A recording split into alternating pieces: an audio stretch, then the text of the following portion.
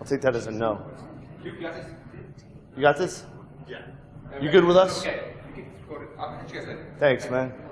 Are you ready for us? Yeah. Awesome. Are we okay down here? What? Are we okay down here? Yeah, sure. Okay. Okay. We don't want people to say this. Good morning, everybody. Awesome. How y'all doing today? Cool. We don't actually have a presentation. We just wanted to see how many people we get in a room. Yeah, we failed. No, we got people. There's a number of people in the room, right? So thank you for joining us Saturday morning at 10. How many people are hungover right now? Not many. Nobody raised their hand. Nobody is hungover right now? There you go. Or they're still drunk. I know they were. That's what I said. They're all still drunk, right? Yeah. So, well, good morning. Red Bulls are selling well. We're going to talk about ethical control today. I'm Kevin Johnson. This is James Jardine. We're with Secure Ideas. We'll do an introduction of each other in a second. The topic we're going to talk about today has a set of slides. But if you've ever seen James or I present or listen to our podcast or whatever else, the entire purpose of the slides is to ensure that we only go for the 50 minutes we've been allotted, not the 12 hours that we could rant about this topic, right? So, well, you know, I'm thinking by the end of 12 hours, people would have left. So we've been watching a lot of stuff in the industry. We've been part of the industry for a while, the industry, right? You know, and I think just calling it that alone is part of the issue. And we're seeing a lot of concerns for us. And I see a lot of concerns for our clients and our employees and our people and our families and everything else. And as an industry, as a community, as a group, we seem to be struggling with growing up. And I don't mean that as in we're all immature jerks, but the industry itself is maturing. We're becoming more important. People are recognizing the fact that what we do is necessary, but at the same time, we're having a little bit of issues with stopping the anarchy, rebellion, screw you hippie, I can do whatever I want, right? And so what we want to talk about is how do we address what we see as a serious concern, insecurity and everything, right? Insecurity, attacks, compromises, breaches, whatever fancy words you want to talk about, whilst, you know, and encouraging the awesome, dude, this is fun, while also recognizing the fact that what we do has significant impact on everybody we work with and everybody we don't work with, right? And so that's what we're going to talk about today, and we're going to give some examples. We're going to deal with that. So, do you have the little clicker thing? Yeah. Okay. I have the microphone, so you will listen to every word I have to say. He won't get the movie reference, but maybe a few of you will. So I'm James Jardine, Principal Security Consultant at Secure Ideas. Pretty much do everything that Kevin doesn't want to do. So that's what I get stuck with. I'm an instructor, author, taught the MobiSec course that we just had recently here at DerbyCon. We also have Black Hats and other events. Participate in a few open source projects. I podcast a lot. Nobody probably listens to any of them, but that's okay. I'm not hurt. The most important one, what? You don't even listen to them. This is true. I don't listen to them. My podcasting goes from open GarageBand, start talking for 20 minutes, export file, upload. So we don't listen to podcasts before we send them out. And I blog quite a bit, so you can check those out. I'm Kevin Johnson. I'm a nerd. Had to throw my daughters in the slide. So we got Darth Vader and Hermione. I'm the founder and CEO of Secure Ideas. That means I'm a head nerd, right? I'm also an IANS faculty member, doing the forums and all that kind of stuff we work with IANS. Open source projects all over the place. Podcaster, I'm not as prolific as a podcaster as James is. I deal with the professional legal perspective, which we do absolutely regularly. We're just not telling you the schedule. Okay, it's not true. I'm also the 501st member. This is the thing that my wife says is the nerdiest thing I've ever done. My answer is she doesn't know everything that I've ever done. So the 501st, for the people who don't know, is a Star Wars costuming group. We build screen replica. I always say realistic, and then I go, wait, whoa, okay, stormtroopers aren't realistic. But there's screen replica Star Wars costumes, and then go and raise money for charities. We go out to like children's hospitals and do stuff like that. And yeah, we get to wear Star Wars costumes. How can that be bad? Currently, I just started building my Wookiee. So I will be latch hooking, as will my daughters, an entire 7-foot costume, right? And so, To extreme LARPing. yeah, James says it's extreme LARPing. He's wrong. So we have a good time. The company, we do pen testing, all that kind of stuff, blah, blah, marketing. And then that's me.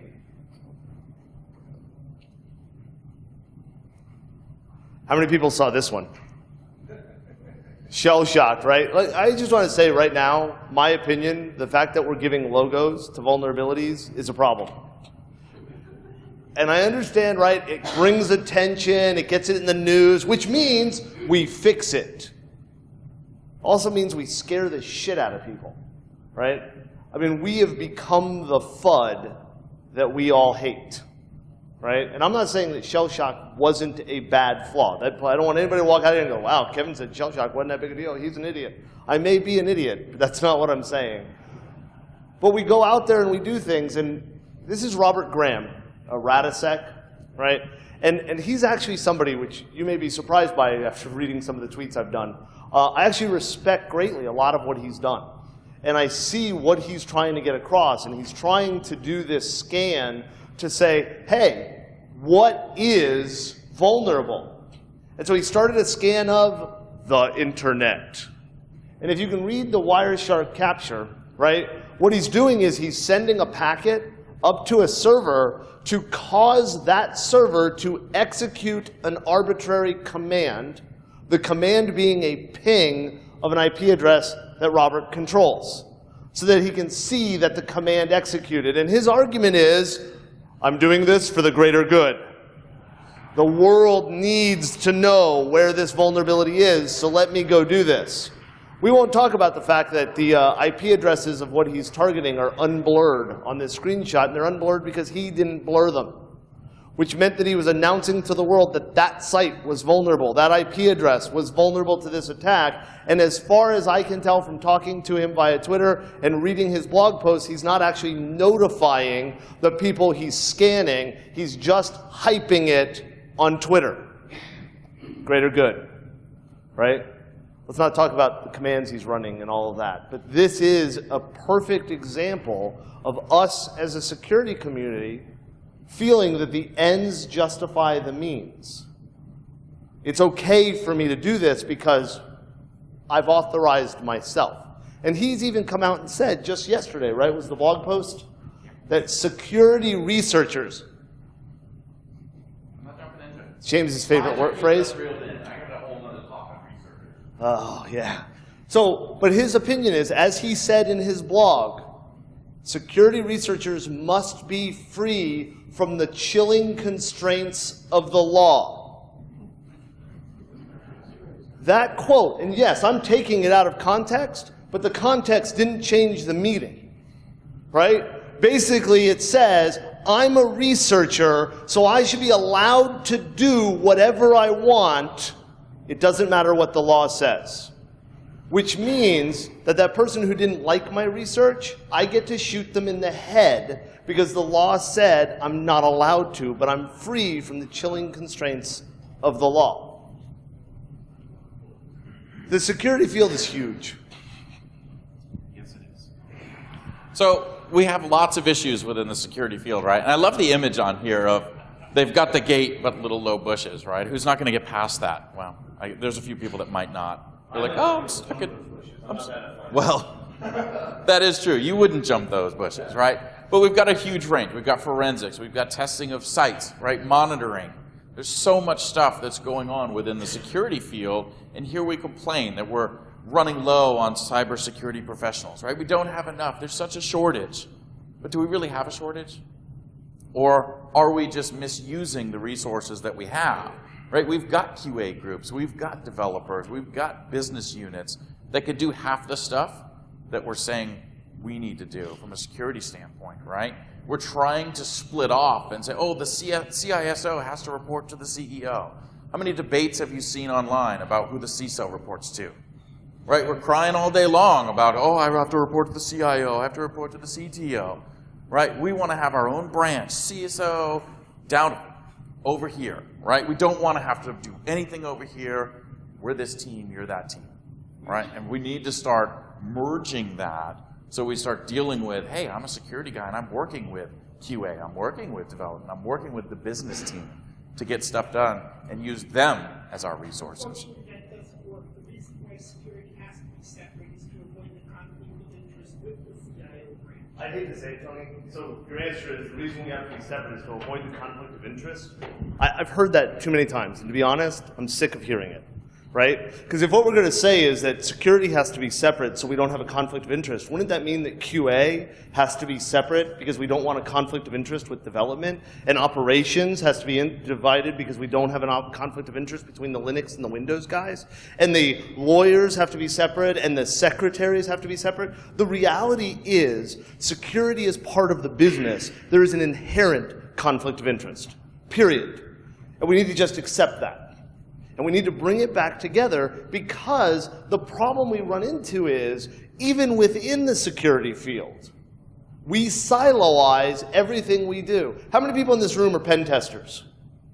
How many of you as pen testers have ever done IR on a compromise? Some of the hands that went up just went back up. Right? How many of you as pen testers have been a sock monkey monitoring the network and looking at stuff? 2 hands went up, 3 hands went up, right? The reality is that all of this stuff affects everything. We've been talking about purple teaming. We've been talking about embedding this stuff and understanding this stuff, even in our own field. We don't take into account what the other side does. And I'll go back to the Robert Graham example, right? Has he honestly thought about the incident response team that got spun up because some evil person, because they're not following him on Twitter, just scanned and ran commands on our server? Did he think about the fact that some of the IP addresses he scanned may be on networks that are required by law to immediately notify if there's some type of breach? And the word breach is vague enough that I would consider running the ping command on my server by you doing it a breach. I now have to file in all the SR paperwork. I have to deal with that breach notification. I have to deal with all that stuff to figure out what happened, right? And as we look at the security field and we think about how do we bring people into it, right? At Secure Ideas, we have a rule. We don't hire pen testers. We don't hire people who got into security because it was cool and could make them lots of money, so they went and took a college class or a SANS class or a whatever, and I'm now a security person. We hire operational people, people who have been developers, people who have been admins, people who have done what the other side has to do, and then we bring them up, right? We train them, we teach them. And as James said earlier, as we look at all of the security teams, internal and external, right? Every single person I've talked to is hiring. We're hiring, right? We're looking for consultants. I walk around and I hear everybody saying it. I'm hiring, I'm hiring, I'm hiring. I talk to internal teams, right? Is your internal team full? No, we need more people. We need more people. We can't find qualified people. Have you looked at that group of QA people? Because let's be blunt, as pen testers, all we are mean QA people. Right? I didn't follow the script.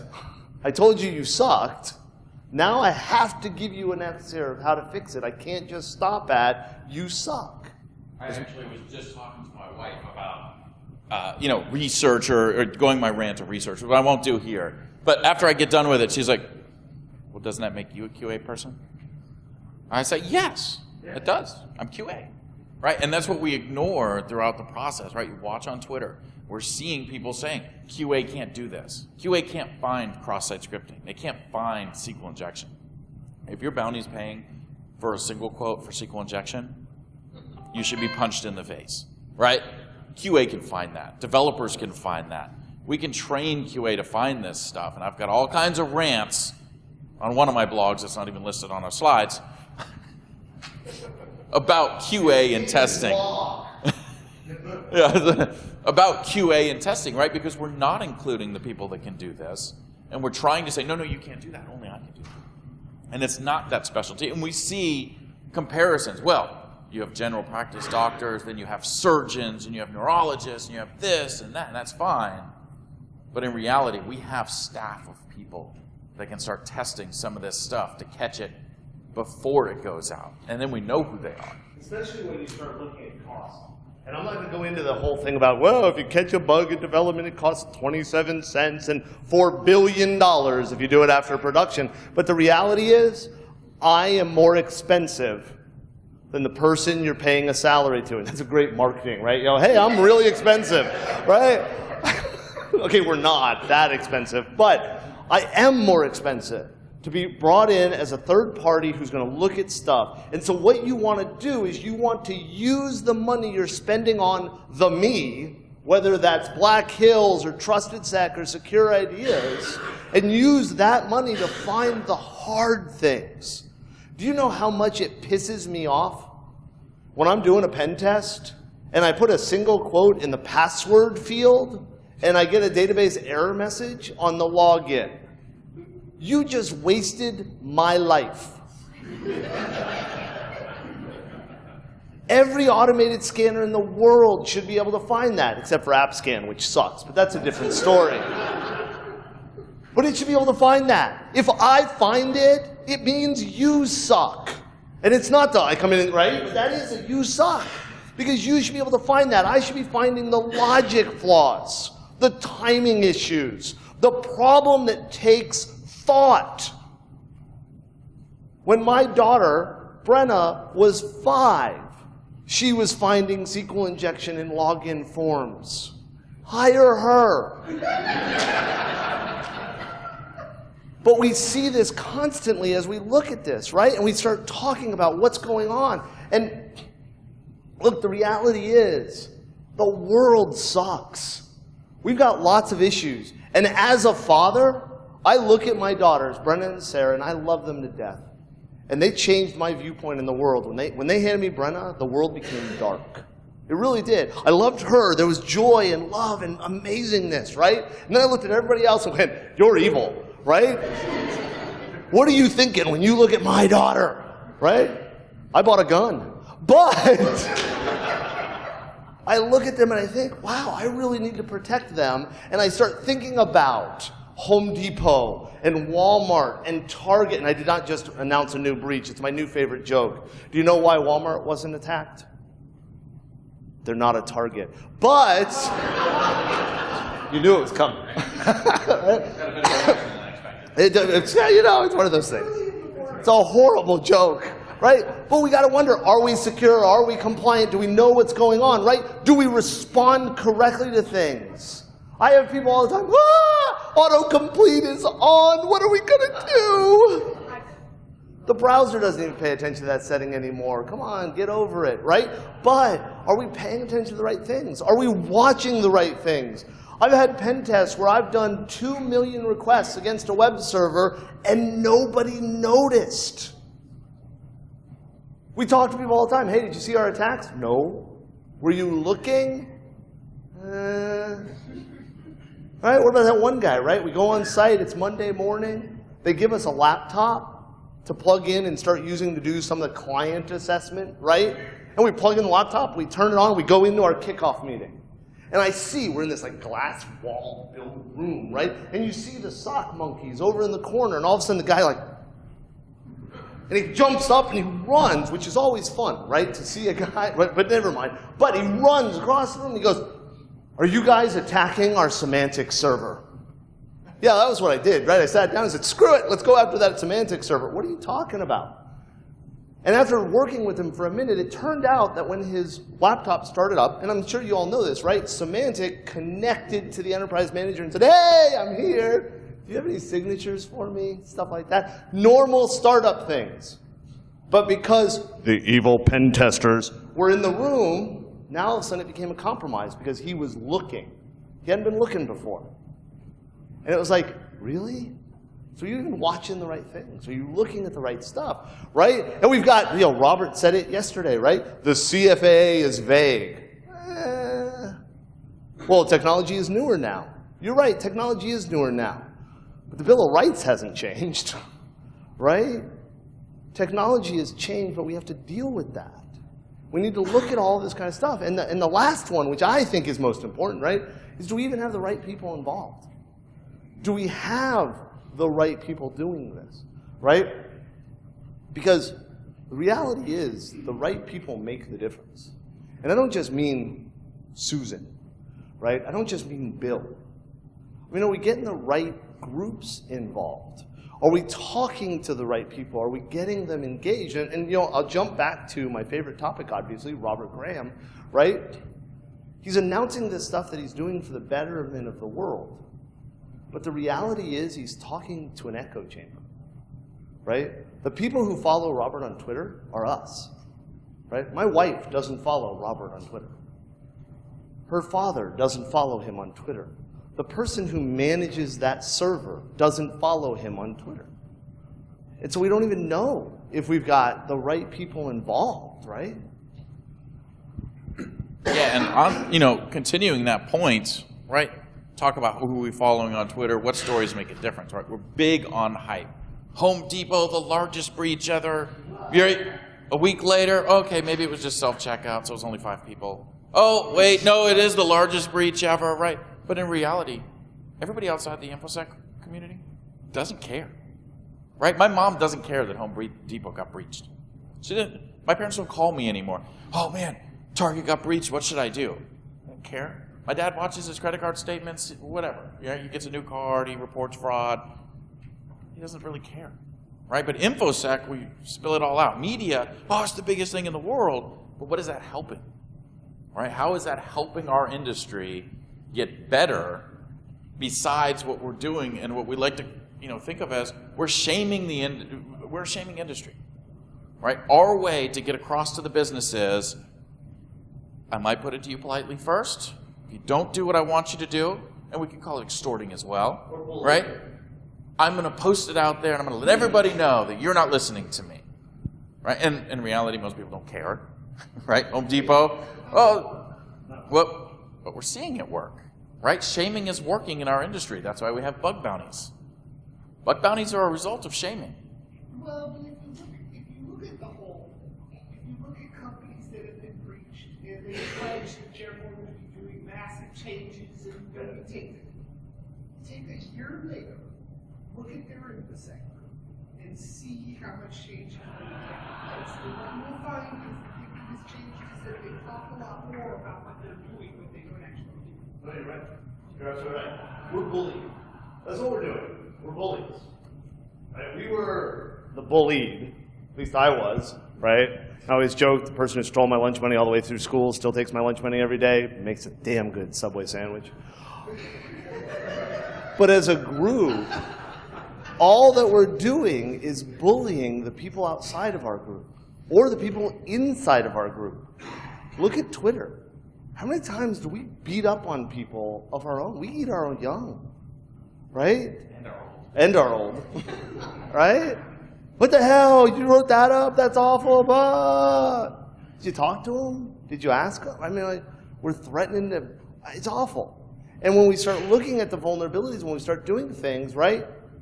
Going and scanning a system and running arbitrary code, going and doing stuff like this researcher, right? Which, by the way, what was his hypothesis before he started the research? So I understood research when I went to school. I know I'm not a college graduate, right? But in high school, we knew how research worked. You had a hypothesis, you tested it, you had a control group. Who was his control group? Right? All the websites he didn't hack. Nice, right? So he goes out to the Apple Developer Network, and I'm not, you know, I am a fanboy. I should wear a black turtleneck. But he goes out to the Developer Network, and he finds a vulnerability. Okay, cool, right? Awesome. Now let's get on stage. Tell us about your vulnerability, because that's how we deal with it, right? But then he pulled 100,000 records. And he caused the Developer Network to get pulled offline for a week. At least. Yeah, at least a week. I don't know the exact time, but it was at least a week that developer network. right? And the question becomes, was that okay? And there are people who will say, no, no, it's fine, right? Greater good. Ends justify the means. And by doing that, he forced those jerks at Apple to pay attention.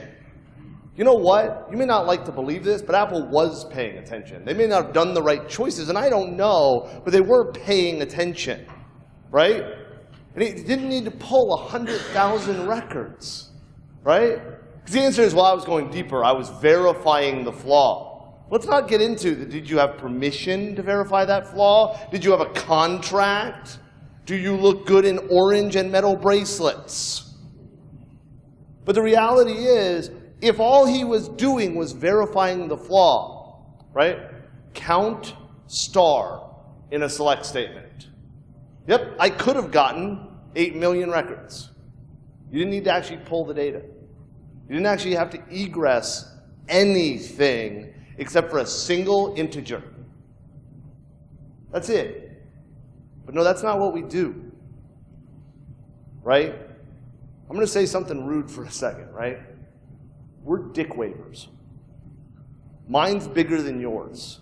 100,000 records. Right? That's what we do.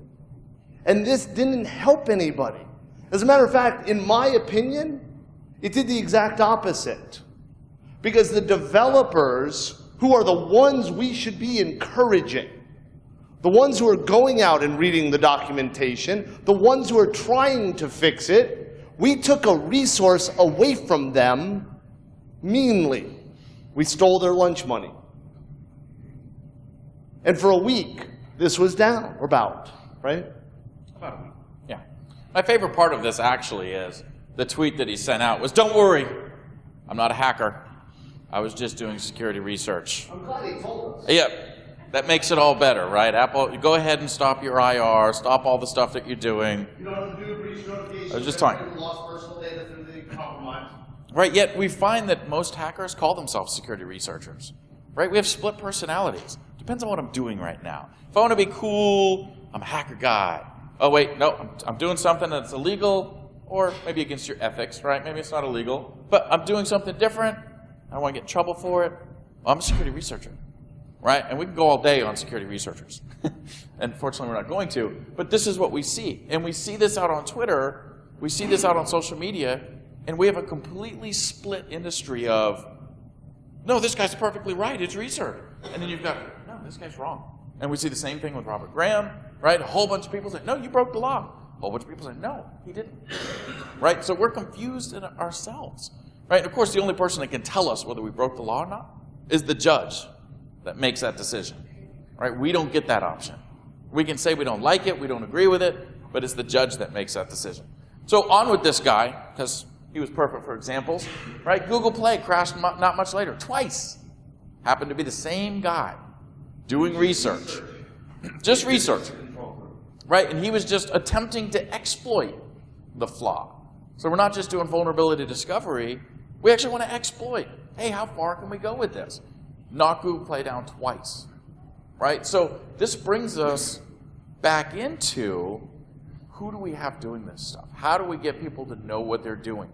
Because I know when we do tests, right, we have stuff in there. Hey, we won't do denial of service, although it is possible that it may happen, right? But we've got contracts, we've got training, we know what we're doing. And not to say that researchers out there don't have, there's plenty of people out there that have very good skills and know what they're doing.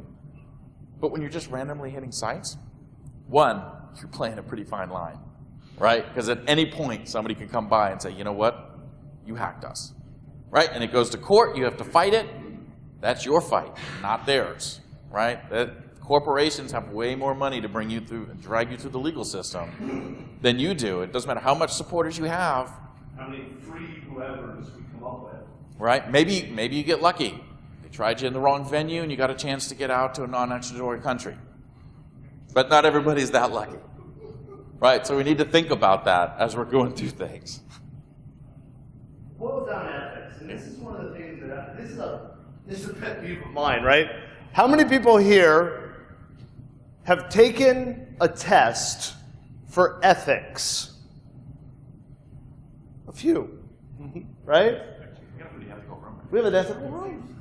Or ethically knowledge from. You didn't ask me for the past. Oh, you're right. We didn't ask if you passed. You're right. Right? But ethics is not law. Right? And ethics aren't the same. You have a different ethical concern, difficult ethical standard than I do. We may be similar. I think that the majority of us in the room would believe that we shouldn't just randomly behead people. Right? Ethically, I think it's messy. Right? Well, it is. You know? But our ethics then change, right? Do you believe it's okay to rob banks? Is it okay to rob a bank if you're starving to death and that's the only way for you to get money to buy food? Right? Is it okay to rob a bank? And then, that's its research. Yeah. That's it, right? What's the ethics of putting a single quote into a text box? Right. Is that illegal? Is that not? Is it ethical? It's my name. It's your name, well, maybe, right? But, you know, we start looking at this and we start evaluating it, and then one of the things we have is that we evaluate other people's actions on our own ethics, right? And that's the way it is. I'm not telling you to change that, right? But if your ethics say this is okay, that doesn't mean it is. It just means your ethics are different. And then there also becomes the question of, well, what viewpoint do you have, right? Because I'll tell you right now, I look at the guy on the upper left, Snowden, the best thing that ever happened to security companies' marketing, ever. If I see another marketing guy, sales guy go, do you want to be Snowdened? Is that a verb? It's now a verb. That is awesome. I want to be a verb. That drives me nuts. There you go. I want to be a verb. Were you Johnson? Wait, that doesn't sound right. So, when you look at Snowden and what he did, right, I'll bet you that everybody in this room has their own opinion of what a hero, martyr, asshole, jackass he was. Whatever word you want to pick out of that group, right? And you have your beliefs and I have my beliefs. And we can talk about the good that has come out of this and the bad that has come out of this. But the ethics of what he did is different for everybody. And I'll tell you that I look at Snowden and I think, jackass. Because my ethics say, whistleblower, great, you're a whistleblower. But whistleblower means you have the balls to stand up and say, take me away. Right? That's my ethics. I'm not judging, I'm just saying that that's my ethics. And I look at the jester and what he does, right? Stay frosty. And I look at what he does and I think, you know what? That's awesome. But at the same point, what he's doing is not that much different than what Anonymous is doing. Right? And do I have the same opinion of Anonymous? Well, it depends on which part of Anonymous you talk about, right? Because they're all different. And we start looking at these things and we say, wow, what do we handle? How do we deal with this? What about you? Right? How many people here have ever put a single quote in a URL where it wasn't supposed to be?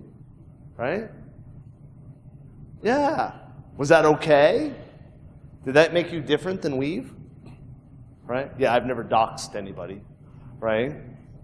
But we start looking at this and we start thinking about, we have to evaluate, right?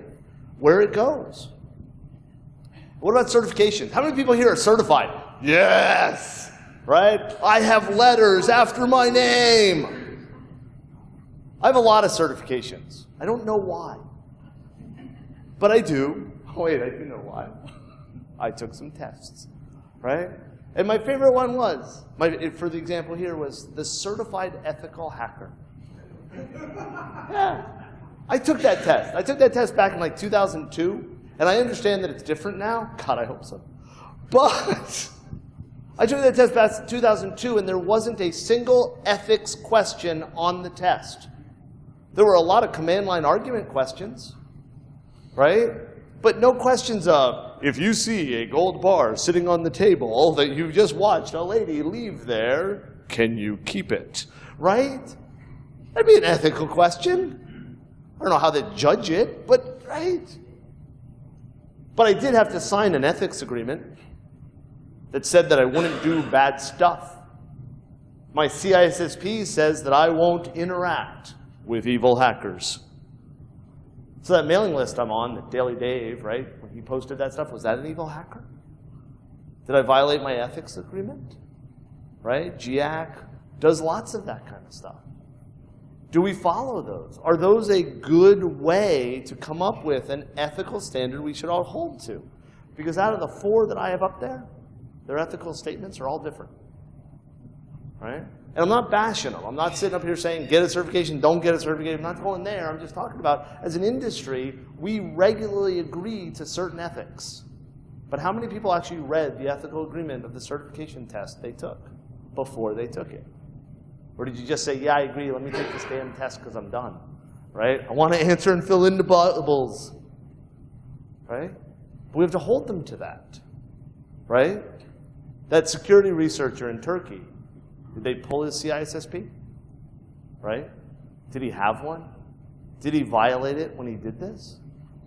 Who monitors that? Who polices that, right? I don't. Well, I actually know of certain companies and organizations that will outright say that they don't get certified people and they don't have to stay certified because they don't want to be bound by ethics. I believe it. I believe it, right? So how do we deal with that, right? You know? Well, and I think that we're going to start seeing a little bit more of that, right? The bug bounties that we're going to talk about in a minute. These people that are going to say, you know what, there's ethics clauses there. I just won't get the certification, right? And if I'm doing stuff independently, I'm an independent researcher, I don't need a certification to test, right? The only time I need a certification is when I'm going for a job, I'm trying to get a contract, I'm trying to get legit work, where they say, oh, well, we require CISSP for some unknown random reason, right?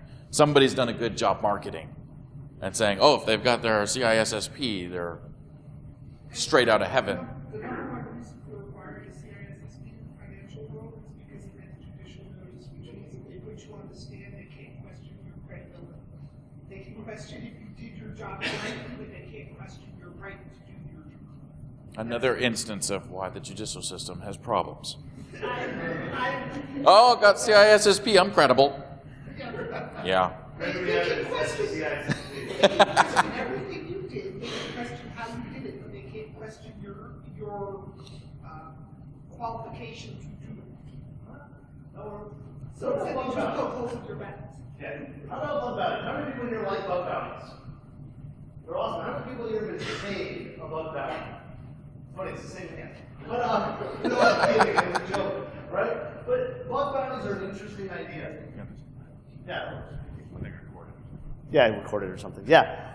Bug bounties are, I actually kind of think they're cool, right? I'm a company, I'm going to open up a bug bounty to get many eyes looking at my system, finding holes. And you know what? If they find something and I like it, maybe they'll get a prize. I give them a t-shirt. This is cool. Not only do they find security holes for me, but then they advertise my shit by wearing my t-shirt. Right? That's brilliant. That's even better than Nike, who convinced all of you to buy t-shirts with their logo on it. Right? So you got to get, hey, but then if you do something they really don't like, all they got to say is, well, no, I'm sorry, that was out of scope. Right? Because there's limitations, what the bug bounty does and says. Right? And we already started, matter of fact, James and I both got into a Twitter agreement. That's a Twitter argument. But You probably can't even say that again. Twitter agreement. Ha! Right? So where it was like, hey, you know what? Bug bounties are the norm. So if you don't have one, you don't meet industry standards. I love the facial expressions when you said that. The norm. Right? Yeah. Like, really? Norm from Cheers. But we started talking about this, like, wait a minute. To me, the norm means the majority, right? It's regular. We started paying attention, and Jeremiah Grossman is actually who came back and said, well, there's about 300 sites that do bug bounties. And I don't know where he got that number from, but we're going to quote it as gospel. But We have an asterisk. we do have an asterisk. But you notice we don't have a footnote that explains the asterisk. We just have an asterisk. Right? That way we can make it whatever we mean later. Right? Yeah. So it's about 300 sites, right? I don't know about you, but I think there's more than 600 sites we're worried about. Yeah, right? But bug bounties are an interesting idea, but let me ask you a question. Who's doing them? And I mean the testing, right? How did you vet them? How did you differentiate between the person doing the bug bounty and a real attacker, right?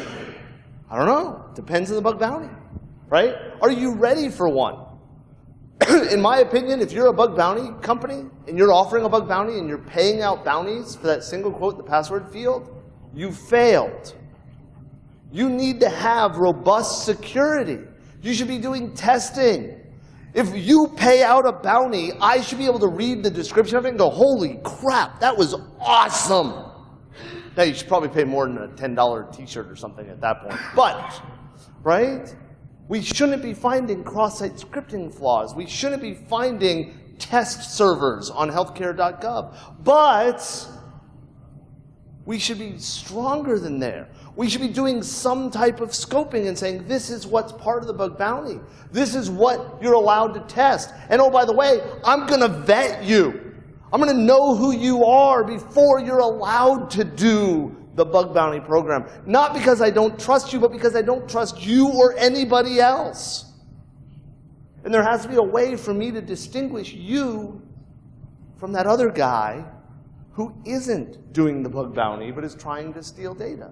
Because we go back to the idea, how do I differentiate an attacker from a friendly person who just happens to be mean, right?